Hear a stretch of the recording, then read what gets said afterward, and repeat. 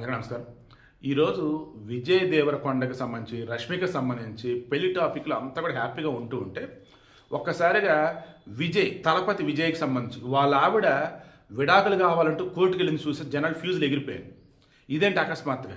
అందులో ఆమె మెన్షన్ చేసింది ఏంటి, ఒక హీరోయిన్తో ఇతను ఎప్పటి నుంచి రిలేషన్లో ఉన్నాడు, కుటుంబాన్ని పట్టించుకోవట్లా, భార్యను పట్టించుకోవట్లా, పిల్లల్ని పట్టించుకోవట్లా, నాకు వద్దే అని చెప్పేసి తెగేసి చెప్పేసింది.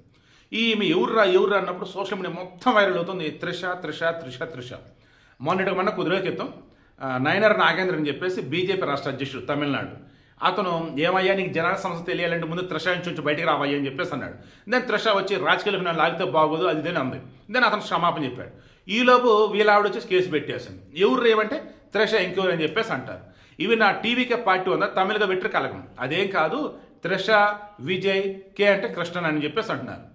త్రిష కృష్ణ తన పూర్తి పేరు, మధ్యలో విజయ్ పేరు యాడ్ చేసుకుంది.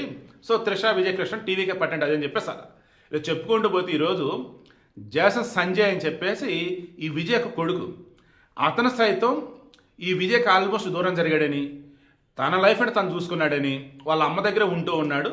ఇక ఆల్మోస్ట్ విజయ్ విషయంలో అసలు జోకించుకుంటే తన పని తను చూసుకుంటూ ఉన్నాడు. మన తెలుగు హీరో పేరు మర్చిపోయిన అతని పేరు సందీప్ కిషన్. సో సందీప్ కిషన్తో సిగ్మా అని చెప్పేసి ఒక కొత్త సినిమా కూడా తీయబోతున్నాడు. సో ఫుల్ బిజీగా ఉన్న అతను డైరెక్టర్గా. ఇక వాళ్ళ పాప వచ్చేసి తేరి మూవీలో ఏదో నటించినట్టుంది. బట్ ఇప్పుడు వచ్చేసి తను బ్యాడ్మింటన్ ప్లేయర్, స్క్వాష్ ప్లేయర్గా ఫుల్ బిజీగా ఉంది.